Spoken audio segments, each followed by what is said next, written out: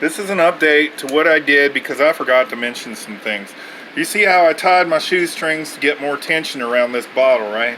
This end cap, this is now in its frozen state. It's ready to be thawed. How do you know when they're done? Another way you can tell, there's no liquid water flopping around when you do this with your shoe. You look inside at this portion where my thumb is, and if you see no water sloshing around, then you know it is frozen solid. Let me double check, because I know this is about ready to be thawed. It was in my freezer for 24 hours, or at least, and I noticed that it wasn't frozen solid at first.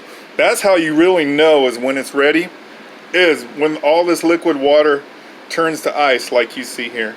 And this end cap, there's tension all around everywhere. And I forgot to throw in additional advice. I got at least a ½ inch stretch in all areas of the shoe. Now I figured out through MacGyver ways how to stretch this front part out as well.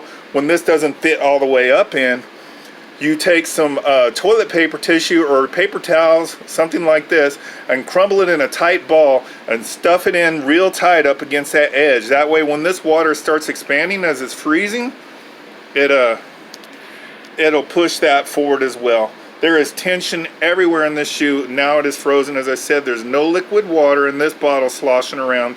That's how you know when it's done. When you have liquid water in here, you want to tie your shoestrings too. That way it gives you more room in here too. If you have too much of a gap between this end cap and the heel here, what you want to do is take some socks or fabric. Some loose socks works the best. Clean, and just, like say your end cap came to here, just stuff all this area with socks real tight, and that's it. Don't get a water bottle that has ridges and comes in and everything. Get one that, I don't know how to explain what I'm talking about. If it dips in, if the water bottle goes like this, look, and then comes out again, that's not going to help you, okay? The main trick, and I want to get this idea out, I think is going to make me famous on YouTube, because it is working, my friends, and I don't know how to explain this method anymore. If you're, like I was saying, at the neck of that bottle, the lid comes up over to here, stuff socks in this area real tight. This is ready to be thawed. I think it was 30 hours. Make sure no water is sloshing around when you pull it out of the freezer. Check on it every once in a while. And I know it's not hygienic, so you might want to wrap it in a plastic bag, your shoes, before you put them in the freezer. And like I was saying, another addition is don't get a bottle that goes like that. That doesn't match the natural shape of a foot. Front toe box, stuff paper towels in here like I was saying. Remember the compression mold to squeeze the bottle in some. You're like squeezing the bottle to let some air out, but then releasing your hand so air goes back in, and you're going to give a little pocket there to allow for expansion. Then you're going to screw the lid on tight.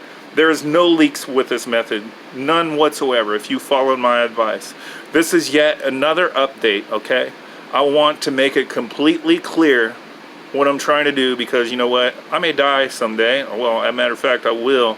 And I just want the world to know that I had science mastered since I was a little boy.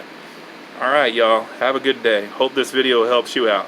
Oh, one more thing. Don't matter again if your size is size 5 or 11 or 12 or 13, whatever. You find a bottle that looks like your foot, only a little bit bigger.